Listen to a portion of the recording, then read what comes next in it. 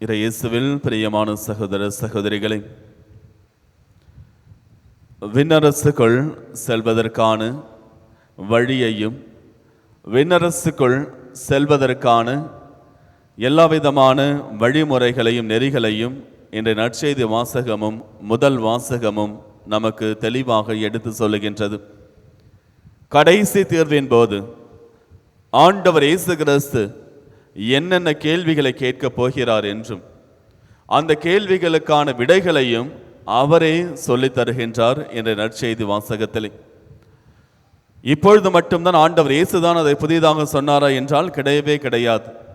அதற்கு முன்பாகவே தொடக்கத்திலேயே கடவுள் மக்களிடத்திலே தெளிவாக சொல்லிவிட்டார். என்ற முதல் வாசகம் அதை தான் எடுத்து சொல்லுகின்றது. மோசேயின் வழியாக கடவுள் இந்த மக்களுக்கு நீ முறக்க சொல்ல வேண்டியது என்று மோசேயின் வழியாக கடவுள் கொடுக்கின்ற கட்டளைகள். இதோ உன் கடவுளாகிய ஆண்டவர் நான் தூயவராக இருப்பது போல நீங்களும் தூயவராக இருங்கள் என்று சொல்லிவிட்டு அந்த தூயவராக இருப்பது எப்படி என்பதையும் குறிப்பிடுகின்றார்.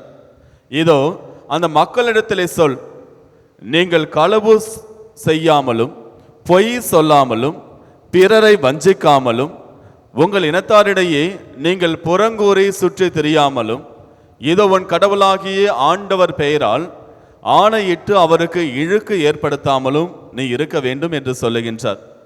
பிறகு ஏழை எளியவர்களை எல்லாம் நீங்கள் ஒடுக்கக்கூடாது என்றும் உங்களிடத்தில் யாராவது வேலை செய்கிறார்கள் என்றால் அவர்களுடைய கூலியானது இரவு முழுவதும் உங்களிடத்தில் இருக்கக்கூடாது என்று சொல்லுகின்றார். வேலையாட்களுக்கான கூலிகளை சரியான நேரத்தில் நீ கொடுக்க வேண்டும். அப்படி கொடுக்காமல் இருப்பது தவறு என்பதை எடுத்து சொல்லுகின்றார். இவ்வாறு இன்னும் பலவற்றை சொல்லிவிட்டு கடைசியிலே முடிக்கின்றார்.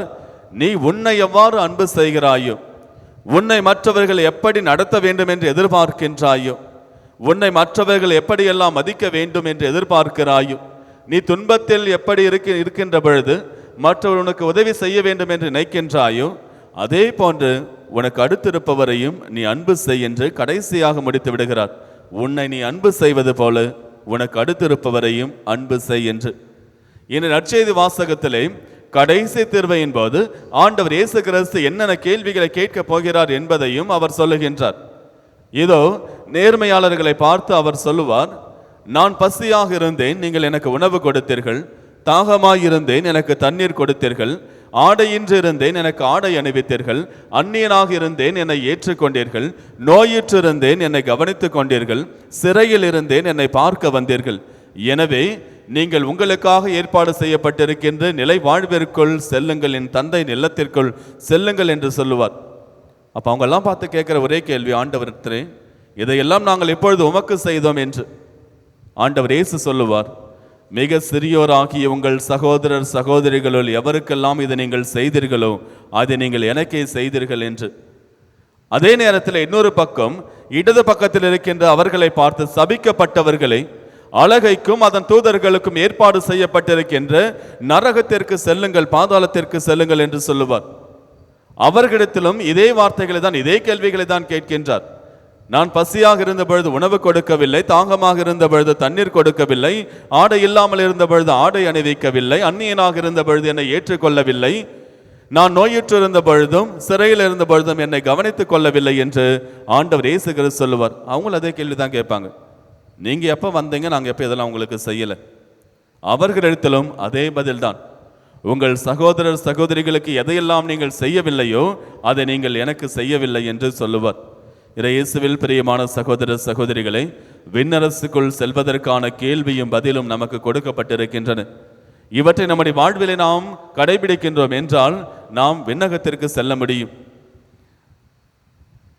ஆண்டவர் இயேசு கிறிஸ்து சொல்லுகின்றார், யோவான் நற்செய்தி 15வது அதிகாரம் 12வது வசனம் மற்றும் 17வது வசனத்தில் சொல்லுகின்றார், இதோ நான் உங்கள் மீது அன்பு கொண்டிருப்பது போல நீங்களும் ஒருவர் மற்றவர் மீது அன்பு செலுத்த வேண்டும், இதுவே என்னுடைய கட்டளை என்று குறிப்பிடுகின்றார்.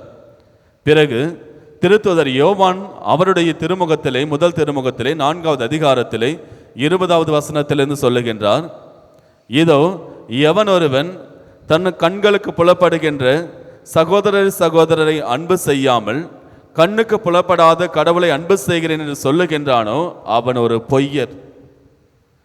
கண்ணுக்கு புலப்படுகின்ற உங்கள் சகோதரரையோ சகோதரியை அன்பு செய்யாமல் கண்ணுக்கு புலப்படாத கடவுளை அன்பு செய்கிறேன் என்று சொல்லுகின்றானோ அவன் பொய்யர்.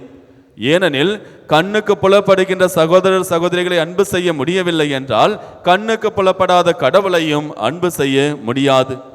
எனவே நீங்கள் உங்கள் சகோதரர் சகோதரிகளை அன்பு செய்யுங்கள் என்று திருத்தூதர் யோவான் சொல்லுகின்றார். புனித யாக்கோபு அவருடைய திருமுகத்திலே இன்னும் அழகாக சொல்லுவார். 2வது அதிகாரத்தை எடுத்து வாசிச்சிங்கன்னா, ஏழைகளை மதிக்க வேண்டும் என்ற தலைப்பிலும் எப்படி நம்பிக்கையும் நம்முடைய செயல்பாடுகளும் ஒன்றாக இருக்க வேண்டும் என்ற தலைப்பிலும் கூறுவார். அவர் அப்படியே ரொம்ப பிராக்டிக்கலாக சொல்லுவார்.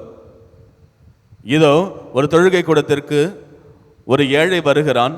அதே நேரத்தில் பளபளப்பான ஆடை அணிந்து மோதிரம் அணிந்து செல்வ செழிப்புள்ள ஒரு மனிதன் வருகிறான் என்றால் நீங்கள் எப்படி அவனை பார்க்கிறீர்கள்? நீங்கள் ஏன் ஆள் பார்த்து செயல்படுகிறீர்கள்? பளபளப்பான பட்டாடை அணிந்து வருகின்ற மனிதனை பார்த்து வாருங்கள் இங்கே அமருங்கள் என்று சொல்லுகிறீர்கள், அவரை கவனித்துக் கொள்கிறீர்கள். ஆனால் ஒரு ஏழை ஒருவன் கிழிந்த ஆடையோடு வருகின்ற பொழுது அவனை பார்த்து நீ வெளியில் நில் என்று சொல்லுகிறீர்கள், அல்லது எனது கால் அருகிலே அமர்ந்து கொள் என்று சொல்கிறீர்களே தவிர நீங்கள் அவர்களை மதிப்பதில்லை. ஏன் இவ்வாறு நீங்கள் செய்கிறீர்கள்? இது தவறானது என்று யாக்கோபு சொல்லுகின்றார்.